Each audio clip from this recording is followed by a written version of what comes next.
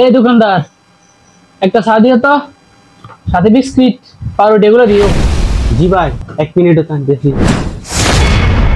এটা তো 1 minute 1 minute.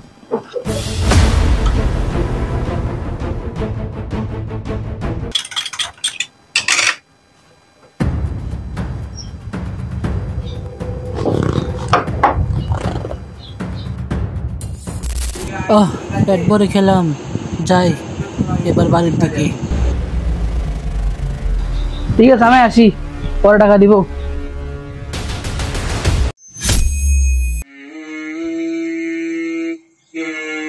দিন দিন নেতারা খেয়ে চলে যাচ্ছে, টাকা দেয় না, পণ্য কেনারও টাকা নাই, কিভাবে দোকানদারি করব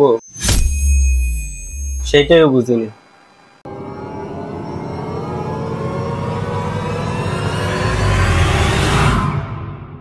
ওই দোকানদার, এক প্যাকেট সোডা আর পেঁয়াজু টেঁজু যা আছে সবগুলো মিক্স করে দে, নিয়ে আস তাড়াতাড়ি।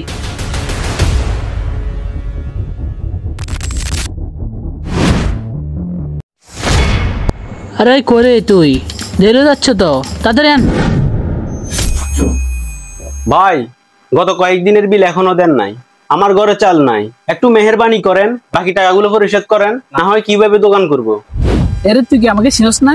তোরা তো সাহস হলো কোথায় থেকে? তুই মনে হয় আমাদের পরিচয় ভালো করে জানাস না।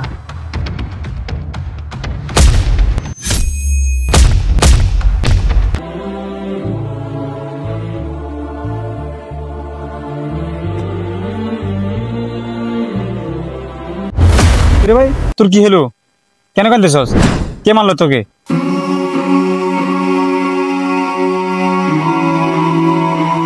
ভাই, ওরা হলো নেতা মানুষ, ওরা প্রতিদিন আসে চা খেয়ে যায়, কিন্তু আমি ওদেরকে প্রতিদিন চা দিই, দিন শেষে তারা আমাদের টাকাটা না দিয়ে চলে যায়, পরে এসে আবার মারধরও করে। ধৈর্য ধরো, অন্যায়ের বিরুদ্ধে একা নয়, সমাজ মিলে দাঁড়াতে হবে। ইসলাম কখনো জুলুম বরদাস্ত করে না। ভাইয়েরা শুনুন, অন্যায়কারীর সাথে হাত মেলানো জায়েজ নাই, অন্যায়কে রুখে দিতে হবে। সমাজে সবাই মিলে একসাথে দাঁড়াতে হবে আমাদেরকে। অন্যায়ের বিরুদ্ধে, অন্যায়ের পক্ষে কখনো কথা বলা যাবে না। গরিবের হক মেরে দেওয়া আমাদের জন্য মারাত্মক গুনাহ। রাসূলুল্লাহ সাল্লাল্লাহু আলাইহি সাল্লাম বলেছেন, যার শরীরে জুলুমের বোঝা থাকবে, কিয়ামতের দিন সে মুক্তি পাবে না।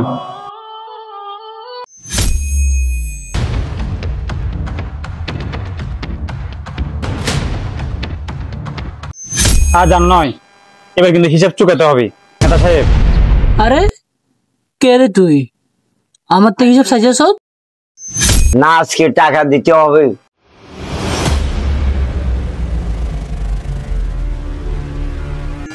ভাই, আল্লাহ তাআলা কোরআন কারীমের মধ্যে বলেন, ওয়াইলুল লিল মুতাফফিফিন, হক না দেওয়াকারী ধ্বংস হয়ে যাবে।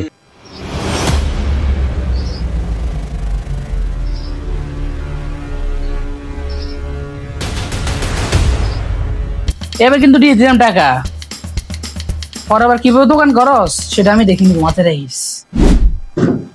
এটা তোমার না, এটা আমার সমাজ, অন্যায় করলে দাঁত ভাঙা জবাব পাবে। হুজুর, আপনি না থাকলে আমি একা কিছু করতে পারতাম না। আসলে আমাদের কাজ হলো হক কথা বলা, অন্যায় দেখলে আমরা নিজেকে জমে রাখতে পারিনি। একতার মধ্যে শক্তি, ন্যায় প্রতিষ্ঠার মধ্যে বরকত।